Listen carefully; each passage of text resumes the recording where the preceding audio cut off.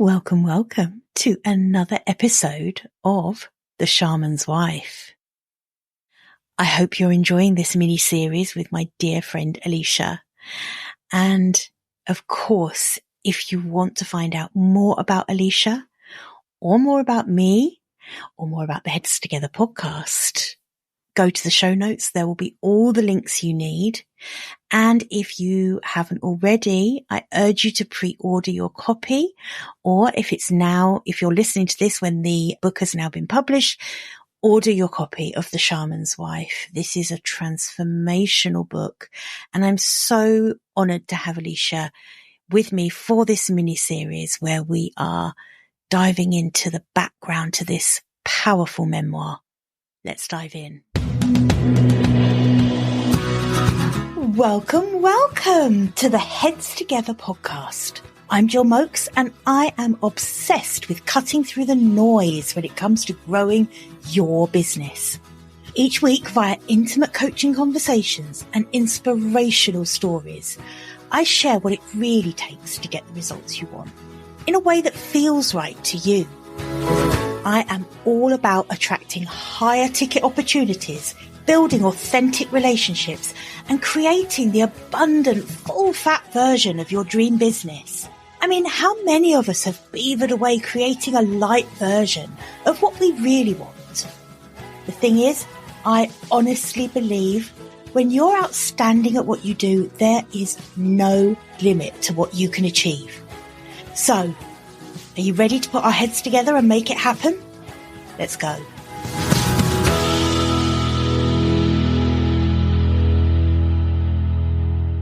Hey, Alicia, welcome back. Thank you for joining me again for episode 4 of this mini-series inside of Heads Together, all about your memoir, The Shaman's Wife, a deep dive into some of the themes that come out in the book.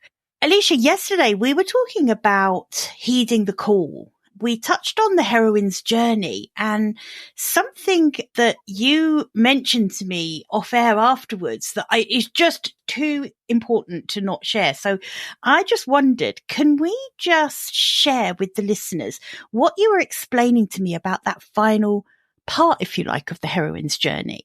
Right. You had asked me, how did you return?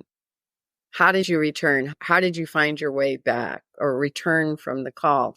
And I wanted to address that. Returning from the call in a heroine's journey is, and I'll speak for myself from my own experience, was returning with a newfound kind of wisdom, what I would call gifts that weren't only internal to myself, but they were in service of others. And the real power of the transformation lies in sharing that wisdom with other people. In a way, the heroine's journey ends with a death. And the death is the death to who I was or she was, and a resurrection to something more. So I talked about you amplify who you are. You realize you're more courageous, more resilient, more wise, whatever, than you could ever be. So transitions, life transitions are full of little deaths and then rebirths. And that's kind of the process. And in the case of the heroine's ending, you kind of return and you find a different kind of way of being in the world, a kind of liminal space where you are at service to a community, but you're not as integrated or captured as you used to be. So a lot of my friends will say, I live in a little cottage in a very private area, and they worry about me being a hermit sometimes. I've been to your little cottage and it is so beautiful, but it is quite remote. Yeah. It's hard to get to, but it is. And so I just wanted to make sure that we talked about the ending of the heroine's journey is a kind of death that precedes the rebirth to a more amplified version of who you are. Thank you. Thank you for that. And what's interesting for me, I love looking at themes. Your book is so full of them. And one of the big themes for me is the duality of everything. And that's another example of that death and rebirth. You just also alluded to another one, which I would love to just touch on before we move on to the main topic of this episode. And that is, you mentioned about I'm not quite sure the words you used, but it was the feeling of becoming integrated into a community and then feeling captured by that community. That's such a huge duality there, isn't it? And how that experience can shift from one of those to the other, the longing to be included, the longing to belong, and then the feeling captured, trapped. It is a duality, and it's the feeling of, belonging to yourself, really, in a completely different way, and belonging to the community. But those two things are no longer at odds like they were maybe at the beginning. Right. So in this episode, the title of this episode, when is love love and when is it relief? And this is a big concept. Love is absolutely is a theme within the book. I asked you recently, is this a love story? And you replied to me, what's your definition of love? And I think there is absolutely, you talk about love in the book, but it's more complex. It certainly isn't a Mills and Boon love story by any stretch of the imagination. It is love in its rawest, most passionate, most vulnerable, and sometimes most frightening intensity, I guess. Could you kick us off by just sharing a little bit about your relationship with Napo and about, the context of love in the book? When you asked me, is this a love story? And I said, define love. The irony is, I'll be honest, when I started the book, and even as I was writing it, I had no idea how the book was going to end. I thought it sounds strange, but it was like putting one foot in front of the other kind of thing and going through the story. And it does begin with love. The stories begin with love. Even before the story with Napo, with the shaman, I go through some of my own history. And ultimately, I realized what the book was about when I wrote the very last line. And it was and the last line is about love. And so I would say, yes, this is a love story, but not in the Disney version of love story and all of that. We used to say that there's a distinction between human love and, in shamanism, they call universal love, which is one of the principles of shamanism, in that universal love is permanent and forever. And it's based in spirituality, and it's based in the soul, and it's based in, your connection to the creator, to the divine. Whereas human love tends to be momentary, really, or sometimes even transactional. So I think I fell in love in the human way, and I discovered what this other kind of love could be. And I think that was part of my own journey going through it. One of the things that Napo used to say when I first started seeing him, he said to me, all relationships are doomed. I was like, oh, great. You old romantic. That's just wonderful. Thanks for letting me know. And then he explained, and he said, human beings strive for what Carl Jung called individuation, to come to wholeness. This is our lifetime journey, is to become whole, right? Or what Jung called individuation. So if I'm in relationship with you and I'm striving for my wholeness and you're striving for your wholeness, you're going to get conflict. And if you don't understand that it's not about the thing that you're in conflict about, it's about this striving to be whole and to evolve, then that's why relationships are doomed to fail. He used to say there was you, me, and us. And the us was that kind of evolutionary process where I understand that you are striving for your wholeness and your individuation, and you understand mine. And we have a conversation when there's conflict. And he says, if the two people don't understand that, then there'll be conflict. And that is why a lot of relationships fail, because one person may outgrow, in quotes, outgrow the other, or there'll be so much conflict without an understanding that it's not really about the person. It's about this striving for individuation. Right. That was an interesting concept for me because I had never looked at that through the lens. And when I thought about my first marriage, I thought, oh, now that I know that, I see how many mistakes we both made, but I didn't know it at the time. That's so interesting. In the book, you discuss the dynamics of relationships a lot, not just with Napo, but relationships in general. But particularly, I guess, in your relationship with Napo, you do discuss relationships through this lens, this context of surrender and empowerment. Mm-hmm. Could you elaborate a bit on that and how our listeners to the show, the readers of your book, can learn from you around navigating healthy relationships while still maintaining their sense of self? Because I think that's one of the key messages that comes from the book for me, was that it was almost at times an either or. Mm-hmm. Either you make a life with this man work, or you hold on to your own individuality, your own sense of self. So I wonder if you could perhaps elaborate on that dynamic for me. There is a principle in shamanism called amor propio. Amor propio translated roughly means self-love, and not self-love in the cynical way, I guess. It's more like, I would say, self-appreciation, that I matter as much as you matter. And sometimes even I matter more.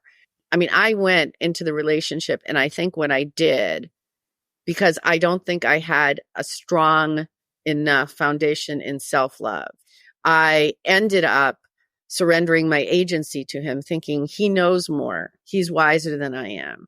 Here I am, I'm with a shaman, blah, blah, blah, all that story that I told myself. And through the process, understanding that it did come down ultimately to a choice between him and I. And interesting enough, he was a very powerful shaman, but he was a very flawed human being. And I think you find that a lot with a lot of these spiritual leaders as well. He had a difficult upbringing. He discovered universal love through shamanism, but never really knew human love. So he was just the opposite of most of us, right? And so this idea that I was following a teacher, right? A teacher in quotes, and then finding out that that teacher is also flawed. And then interesting enough, it was like another duality. Here he is teaching me about self-love, but he's also challenging me. And why am I not surrendering more? It was this kind of interplay that kept happening throughout the whole story. And then what really saved me was that I came to understand what self-love really was, and to value it, to make it essential to my being. And I operate that way now. And it's not selfish. People somehow think that selfish is selfish at the expense of someone else. Selfish is self-care. It's taking care of self. And obviously there are times where, especially if you have a child or something, you will sacrifice your own self-care for that child or for the parent that you're taking care of. There are moments, but it shouldn't be like your modus operandi. It shouldn't be all the time. That's the way I operate. And the way I operate now is, I have really, really strong boundaries that maintain my wholeness. And that integrity of being is based in amor propio, in self-love.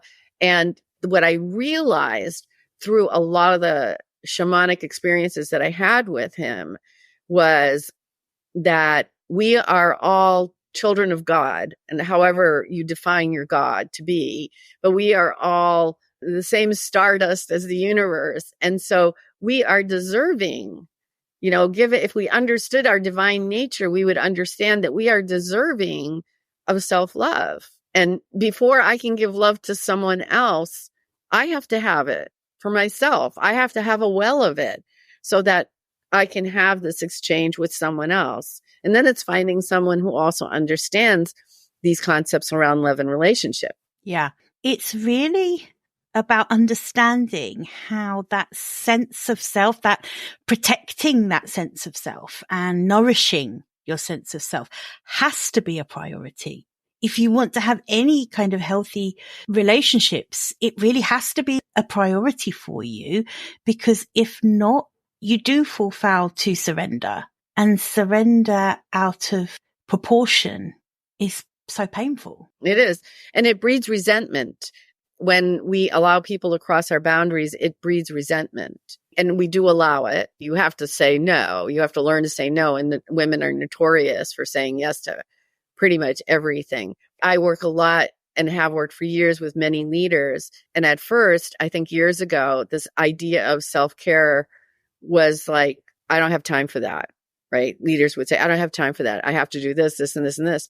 And finally, I think we're coming around to understanding that if you're a leader, how are you going to sustain your own energy, your own resilience, your own ability to think critically, even if self-care isn't a fundamental thing for you? And the things that are the most important are the first things that go. You don't eat, you don't sleep, you don't exercise, you don't get quiet time, all the things that build self-care, which is the outward manifestation of self-love. Those things, when they go, we are not operating at our optimal in our relationships, in our businesses, or in our work, or in our connections. And I think finally people are coming to understand that, even as difficult as it is in modern day life, like in the United States, which is part of the reason I don't live in the United States. I live here because there's a greater appreciation here for living this way. Absolutely. Yeah. I do think it's getting better. I do think that people are coming around to that understanding. I think there is more talk now about burnout and what that looks like and feels like. And I think people are starting to protect themselves more, which is amazing. I think we still all have a long way to go, if we're honest, particularly as entrepreneurs, which most of my audience are. Exactly. So this episode, Alicia, we called this episode, When is Love Love? And when is it belief? I would love us to explore that concept, please. I'd love your take on this. So I think a lot of people say they're looking for a committed relationship or love. And what they're really looking for is relief from feeling lonely, relief from not having a companion to share with. It's not looking for love. I think that the difference is, people who go looking for love in this way that I frame as relief aren't at the point where they understand amor proprio, where they understand self-love. Because ideally you go into a relationship whole. I don't want to go into a relationship needing to fill a void. That's what I mean by relief. I want to go into a relationship where I feel whole with a person who also feels whole. I don't want to need a relationship or a companion. I want to be able to want and enjoy. And the thing is, my life is, the way I've designed it is pretty perfect for me in this moment right now. I have a great life. Everything that I could want in my life is present right now. So if someone isn't going to add to that, I'm just frankly not interested. And so, because there's nothing to relieve. There's nothing to relieve. Yes. Yes. That's the point, isn't it? As you were saying that about love being relief, I can think back to relationships I've had that have absolutely been a sticking plaster to relieve a loneliness or just wanting companionship or someone to be around. And it's never worked out well, obviously. Love isn't passive. No. So love, when it's being used as that relief, it's almost like, let me allow the love to come in, wash over me, and the relief is gone, and now I can just sit back and enjoy the love. Love isn't passive like that, right? No, it doesn't work like that. It's really interesting, this idea of we're having an epidemic of loneliness. We are more connected, especially through technology, than we've ever been. We're so very, very disconnected as human beings and emotional beings. I've been reading recent studies and recent research where loneliness is off the charts. And when you have that kind of epidemic of loneliness, it literally affects your lifespan. You can cut years off your life that way. So I think this idea of seeking relief, I can understand it, especially at post-COVID, when we weren't even allowed to touch one another. And human beings need that. human beings need to touch. And I just wrote something for Substack. How long is a good hug? You know? And one of the things I love about Portugal is people here, you greet each other, you give yourself a little hug and a little kiss. And it's like, oh, I'm so happy. I'm assuming, of course, with permission. I'm not saying any other way. I make that caveat. But there's connection, right? And there's community, but it's really, really valued here.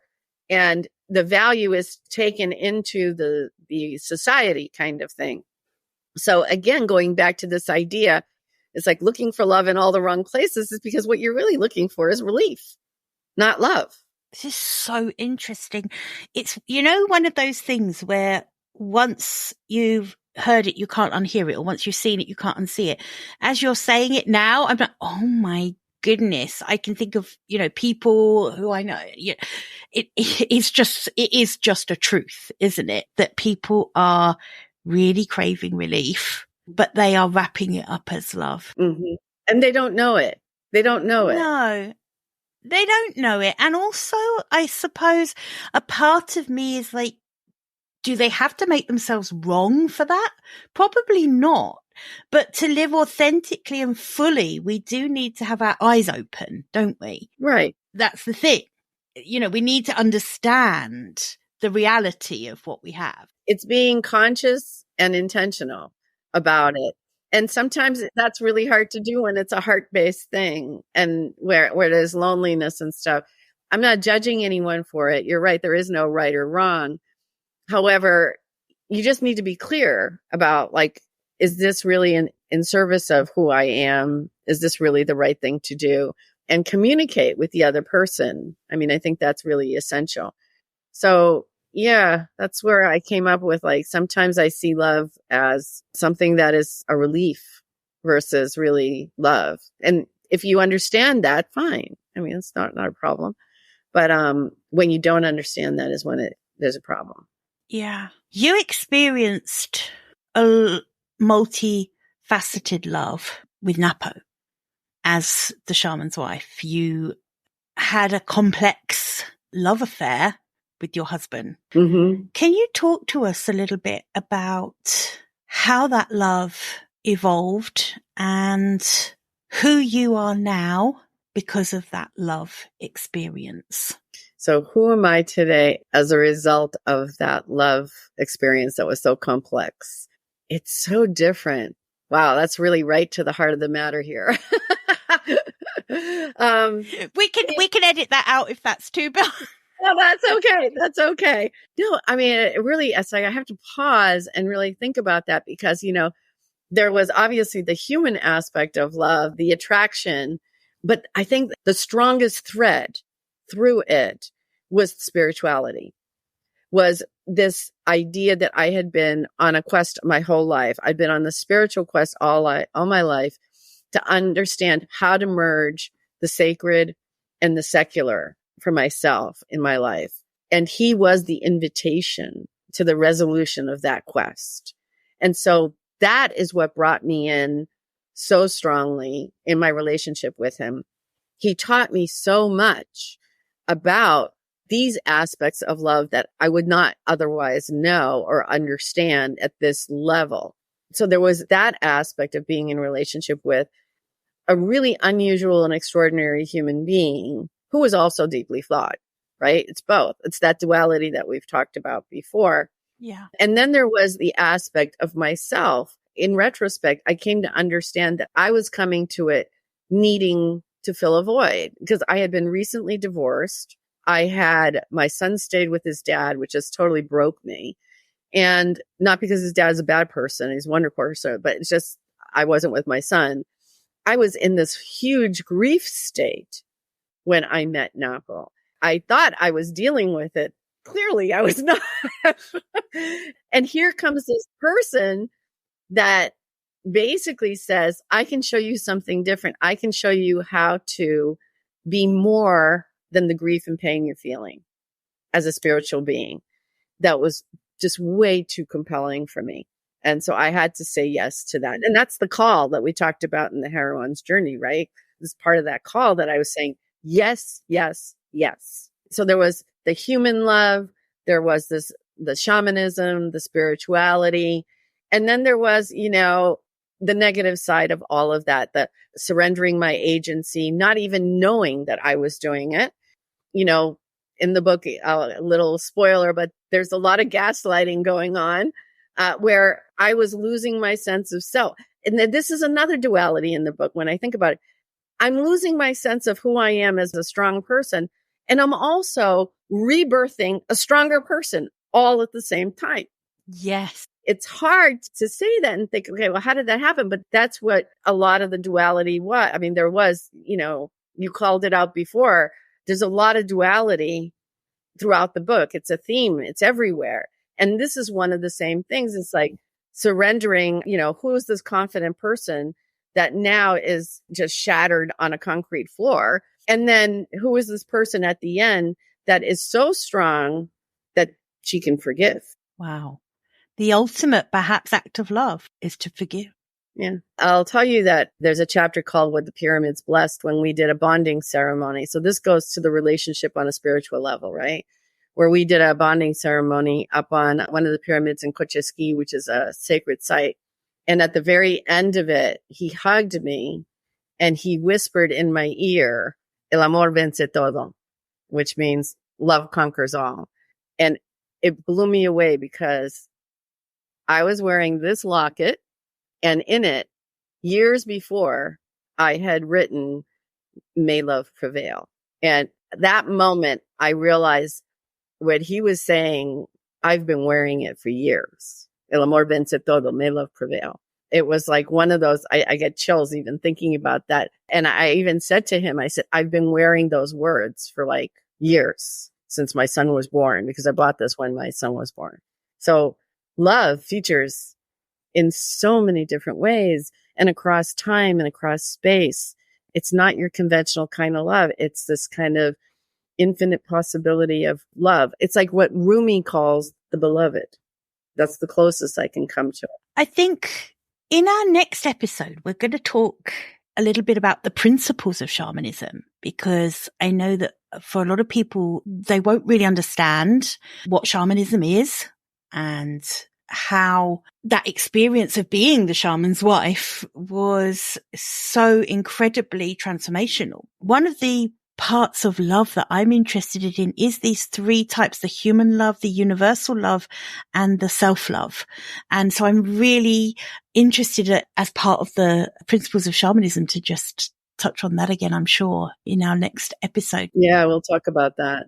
But in the meantime, thank you so much for sharing so openly with us. I think that's what makes this such a compelling little mini series, if you like. And it's just such a pleasure and an honor really to interview you, because this book it's a transformational book to read, in all honesty. It really moved me so much on so many levels, not just on that human, like, oh, this is quite difficult to read in some parts of the book, this is a deep story, but the themes that came out of the book for me that I can apply to my own life, I think that's what makes this book really special. So thank you again. And I'm looking forward to meeting back up very soon to talk about principles of shamanism with you. That'll be great. Thank you, Jill, for your questions. You're so welcome. Thank you. I'll see you again soon. Yes. Bye for now. Bye. I hope you enjoyed this episode and that getting our heads together this week has filled your mind with what's possible. If you love the show, would you do me a massive favour, please? Would you leave a 5-star rating on Apple Podcasts? It would really help me put more heads together, reach more ears, and expand more minds. Until next week, bye for now.